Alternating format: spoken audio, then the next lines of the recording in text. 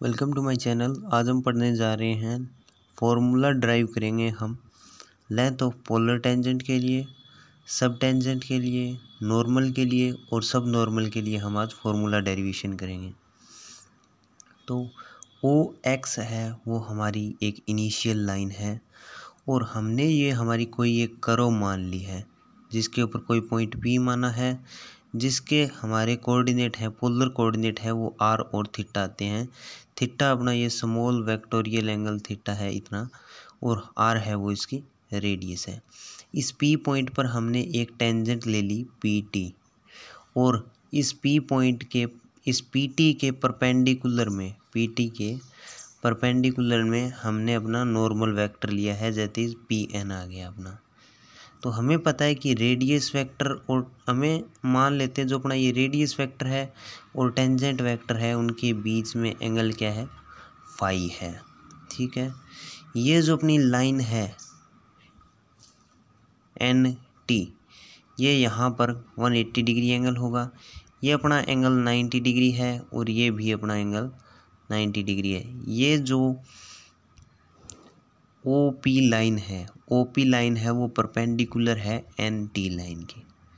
तो हमारी जो पी टी होगी वो पोलर टेंजेंट आएगी, ओ टी होगी वो सब टेंजेंट होगी, और जो पी एन है वो अपनी नॉर्मल, वहीं ओ एन है वो अपनी सब नॉर्मल है। तो अब हम इनके लिए फॉर्मूला का डेरिवेशन करते हैं। तो सबसे पहले हम देखते हैं पोलर टेंजेंट को।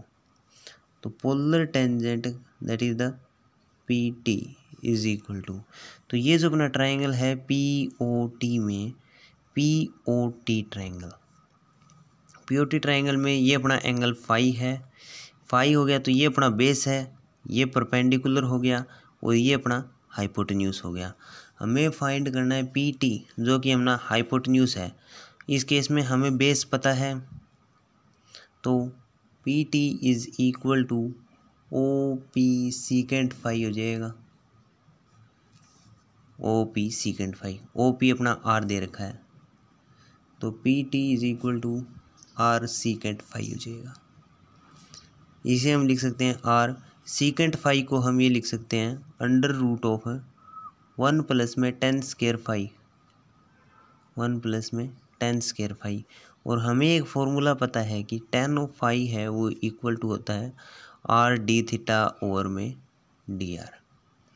ये फॉर्मूला होता है angle between radius vector, angle between phi के लिए, जो रेडियस वेक्टर टेंजेंट के बीच एंगल है उसके लिए हम tan फाई को लिखते हैं आर डी थीटा और डी आर।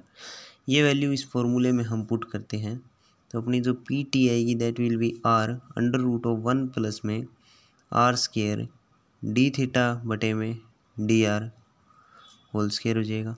आर के अंदर मल्टीप्लाई करेंगे तो अंदर जाएगा तो आर स्क्वायर हो जाएगा, that will be equal to R square.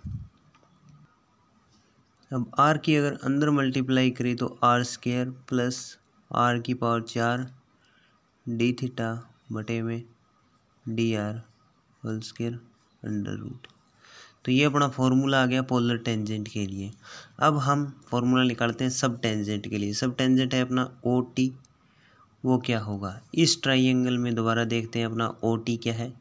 Perpendicular हमें निकालना है, बेस का हमें पता है, तो O T is equal to O P, O T is equal to O P tan of phi, tan phi होगा। वही ओ पी की वैल्यू हमें पता है आर होती है, और tan फाई की वैल्यू है वो भी हमें पता है आर डी थीटा बटे में डी आर होती है। तो ये वैल्यू रखेंगे तो आएगा आर स्क्वायर डी थीटा बटे में डी आर हो जाएगा। ये अपना आ गया, ओ टी भी निकाल दिया हमने और पी टी भी निकाल दिया है। अब हमें निकालना है नॉर्मल के लिए। नॉर्मल के केस में हमें निकालना पड़ेगा P N is equal to, ये ट्राइंगल देखते हैं ओ पी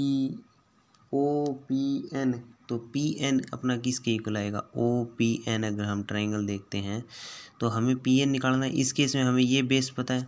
अब देखते हैं अगर ये एंगल फाई है और ये पूरा 90 डिग्री है तो ये कितना आएगा, ये होगा 90 डिग्री माइनस में फाई आएगा, 90 डिग्री माइनस में फाई, और ये अपना 90 डिग्री है तो ये अपना एंगल क्या हो जाएगा, फाई एंगल आ गया। अब ये अपना बेस है, परपेंडिकुलर है, हाइपोटेन्यूज हो गया।